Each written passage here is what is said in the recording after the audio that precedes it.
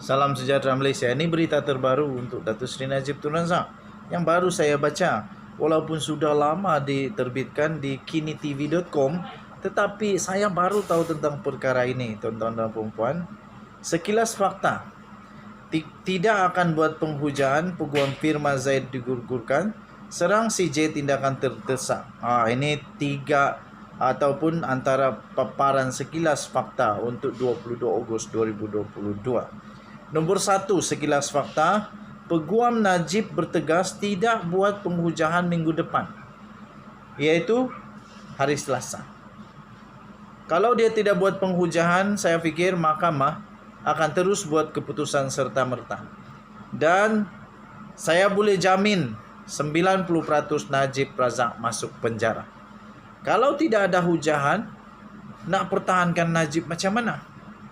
Nak pertahankan dia dengan apa? Sebab itu ada peguam supaya boleh berhujah. Kenapa terima kes ini? Wahai kamu peguam-peguam Najib, kenapa kamu terima kes ini? Kalau kamu tidak yakin boleh berhujah, apakah kamu betul-betul yakin boleh menunda kes ini? Kenapa kamu begitu yakin?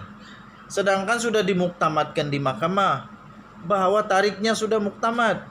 Jadi kenapa kamu begitu yakin untuk terima? Sekarang setelah ditolak tak mau pula berhujah. Sampai Badan Peguam Negara Malaysia mahu supaya peguam-peguam berkenaan diambil tindakan tata tertib. Nombor 2. Sekilas fakta untuk 22 Ogos 2022, sekilas fakta. Najib tamatkan hikmat peguam dari Firman Zaid Ibrahim. Saya rasa Zaid Ibrahim kesian jugalah. Tapi lebih kesian adalah Hisham Tehpote. Hisham, ya itulah. Minta maaf kalau nama dia silap sebut. Tapi dia lagi kesian lah, ditinggalkan seorang-seorang. Najib Razak menggugurkan Firman Zaid Ibrahim. Sekarang yang tinggal Hisham. Lepas itu daripada 2 pengalaman, sekarang jadi 1 pengalaman. Yang paling pelik, Zaid Ibrahim ni dia punya pengalaman dalam undang-undang bukan alang-alang, tapi tiba-tiba dia pula yang digugurkan. Kenapa agaknya Najib Razak gugurkan Firman Zaid Ibrahim dan bukan Hisham? Kenapa agaknya Firman Zaid yang digugur tapi Hisham? Nombor 3, sekilas fakta, kempen serang ketua hakim tindakan yang terdesak, kata DAP. Ini bukan saja terdesak tapi berbahaya. Sudah dibuktikan ada orang yang sudah ditangkap kerana berbau ugutan dan hasutan. Jadi hati-hati.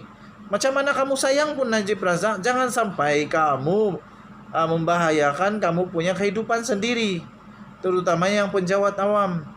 Kalau tiba-tiba kamu masuk penjara kerana kamu buat tindakan yang pendek akal ataupun otak kecil,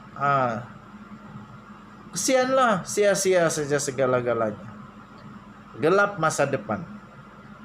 Sekilas fakta nombor 4 untuk 22 hari bulan, digelar anak lelaki Kuti Dr. Mahathir saman fitnah Zahid Hamidi. Disahkan Dr. Mahathir telah saman Zahid Hamidi kerana memfitnah. Ambil kau Zahid, kau kena saman. Balaslah kau nanti di mahkamah. Kamu teriak-teriaklah dengan Mahathir. Nombor 5. Sekilas fakta nombor 5. UMNO negeri tiada autonomi tentu kerjasama dengan PAS dan Bersatu. Saya fikir pada saya punya pemahaman dulu, kalau negeri Sabah dia ada autonomi sendiri. Takkan pula tiba-tiba macam begini. Nombor 6. PM tak wajar guna penjawat awam untuk tujuan politik, kata pemuda PH. Yang ni saya tak tahu cerita dia. Isahlah. Yang penting, nombor 1, Peguam Najib bertegas tidak buat penghujaan minggu depan. Nombor 2, Najib tamatkan hikmat peguam dari Firman Zaid Ibrahim. Dan nombor 3, kempen serang ketua hakim tindakan yang terdesak, kata DAP. Dunia Nadi Suara Rakyat bergema di channel ini. Kita jumpa lagi. Bye-bye. Salam sejahtera Malaysia. Ini berita terbaru untuk Datuk Seri Najib Tun Razak yang baru saya baca. Walaupun sudah lama diterbitkan di kinitv.com, tetapi saya baru tahu tentang perkara ini, tuan-tuan dan puan-puan. Sekilas fakta, tidak akan buat penghujaan, Peguam Firman Zaid digugurkan, serang CJ tindakan terdesak. Ini 3 ataupun antara paparan sekilas fakta untuk 22 Ogos 2022. Nombor 1, sekilas fakta, Peguam Najib bertegas tidak buat penghujaan minggu depan, iaitu hari Selasa. Kalau dia tidak buat penghujaan, saya fikir mahkamah akan terus buat keputusan serta-merta. Dan saya boleh jamin 90% Najib Razak masuk penjara. Kalau tidak ada hujahan, nak pertahankan Najib macam mana? Nak pertahankan dia dengan apa? Sebab itu ada peguam supaya boleh berhujah. Kenapa terima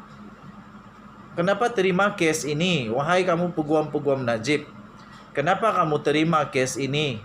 Kalau kamu tidak yakin boleh berhujah. Apakah kamu betul-betul yakin boleh menunda kes ini? Kenapa kamu begitu yakin? Sedangkan sudah dimuktamadkan di mahkamah bahwa tariknya sudah muktamad. Jadi kenapa kamu begitu yakin untuk terima? Sekarang setelah ditolak tak mau pula berhujah. Sampai Badan Peguam Negara Malaysia mahu supaya peguam-peguam berkenaan diambil tindakan tata tertib. Nombor 2. Sekilas fakta untuk 22 Ogos 2022, sekilas fakta. Najib tamatkan hikmat peguam dari Firman Zaid Ibrahim. Saya rasa Zaid Ibrahim kesian jugalah. Tapi lebih kesian adalah Hisham Teh Poteh. Hisham, ya itulah. Minta maaf kalau nama dia silap sebut.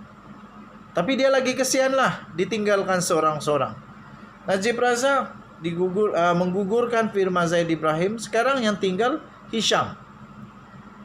Lepas itu daripada 2 pengalaman, sekarang jadi 1 pengalaman.